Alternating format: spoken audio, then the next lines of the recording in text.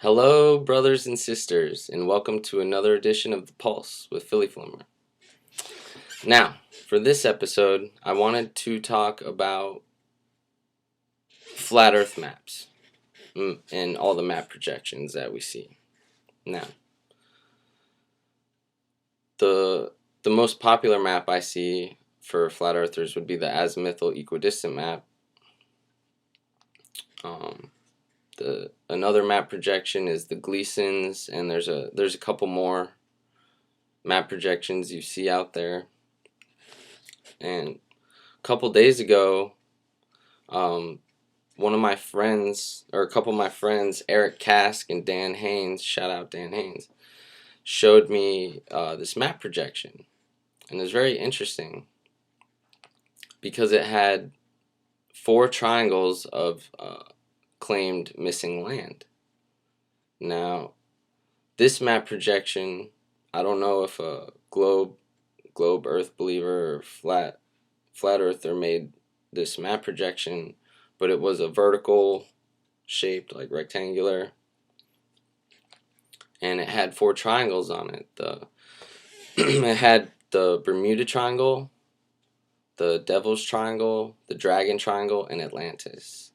Now, the Bermuda Triangle is right off the east coast of Florida, by Cuba, and above that triangle is the Atlantis Triangle. Now, I'm not saying that this is the legendary Atlantis, but whoever made this map projection decided to call that triangle Atlantis. It's in the Atlantic Ocean. And it's just very interesting because if there is missing land, then there's a possibility of us finding it and then discovering it for the masses. Now, there's a couple different ways we can go about that. We can get, anyone who's a pilot that wants to fly out over some of these triangles and cover as much square mileage, or a deep sea captain, an independent captain wants to take his boat out there. Deep sea fishers already go 50, 60 miles out, so might as well check it out. But the thing about the missing land is, don't you think we deserve that? It's our home too. We deserve that land just as much as anybody else. We deserve that land to live on. We deserve that land for permaculture and, growing food and all that good stuff. Now, I'm against petroleum and oil and fracking, so I'm not going to mention that, but, there's minerals and elements we can use on these lands if they do exist. So yeah, I think we deserve it, and if they exist, that we can find them. And it's just a matter of time, really, because we are right now breaking down the walls of tyranny and oppression. It's not happening as fast as someone like, but when you look at history, it's actually it'll be like a blink of an eye. And the thing about the missing land is, I see people talk about, oh, well, don't planes and boats fly over it and this and that. Yeah, well, the people directing the traffic, the air traffic controllers, and the people telling them what to do, they would control where the planes go, where the boats go, so they can go around it, make sure no one sees anything that they're not supposed to see. And another interesting thing about this new map projection was, here's the kicker, Antarctica was a continent.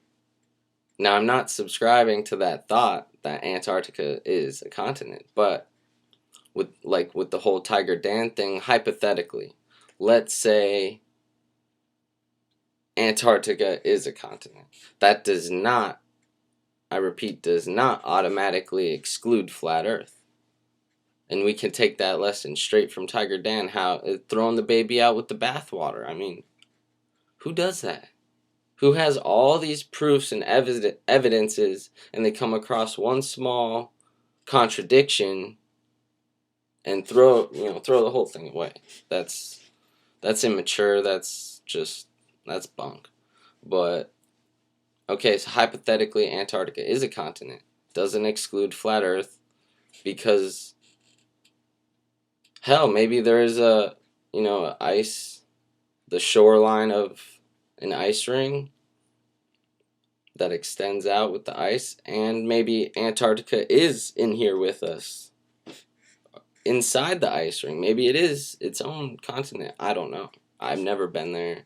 I've done research on it, but you know how that goes. So, anyway, most flat earthers subscribe to the ice ring, and I think we should just keep an open mind, just like people dismiss flat earth as stupid or retarded, and just dismiss it right off the bat. And I think as flat earthers, we have that open mind to accept new things. I'll admit it, I had cognitive dissonance. The first time I seen a video on flat earth was about 8-9 months ago. And I didn't dismiss it right away, but I watched a video. It wasn't a good one, but I was open to it, checked it out, day or two, checked it out, let it go for a few months, and then boom, came across it again and just went heavy in it, and here I am. But yeah, so I think we all should just keep an open mind and not dismiss anything right away, or if we do find contradictive information, to analyze it and, get a feel for it, meditate on it, conversate with it, debate with it. We gotta elevate from the lower consciousness, being stuck in this lower chakra system, only concentrated on primal, animalistic primal needs. But these are our needs for our physical. We need to start worrying about the spiritual, the higher elevations of our existence is within reach. We can just grab it. You gotta have that willpower and that acceptance and forgiveness too. In my journey, forgiveness was actually the biggest thing that changed my life, and I can go into that in later videos. But getting back to the Antarctica thing and the map projection, I think we deserve that missing land, if there is such missing land masses. We deserve that. We need to continue looking into it and finding out for ourselves the truth and taking back what's ours. Not in a vulgar way, but if we need to start being forceful about our boundaries and about how the establishment pushes everyone around and dictates everything.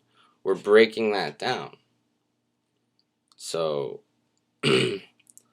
once we do find out about the missing land, I think that'll be a huge uplift for humanity, that even with the land we have and the food source we have, we can easily home and feed 12 plus billion people. That overpopulation crap, that's such crap, guys.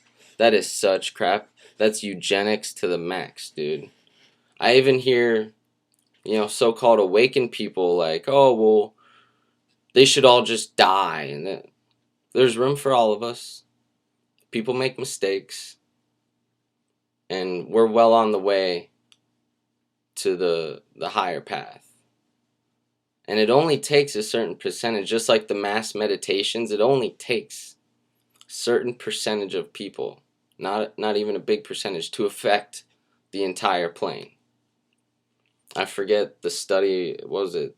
7,000 people meditated and affected terrorism and crime around the entire planet and lowered it by 72%. Just a couple thousand people meditating at the same time on peace and love affected violence on our entire world, on our entire plane of existence. So I encourage meditation, I encourage mass meditation, and I encourage people to continue looking into flat earth in all the different aspects. Don't dismiss anything right away. Use your discernment, conversate with it like I said, and we'll be golden, guys. I hope you enjoyed this video. Please like, comment, share, and subscribe. Take care, be safe, and namaste.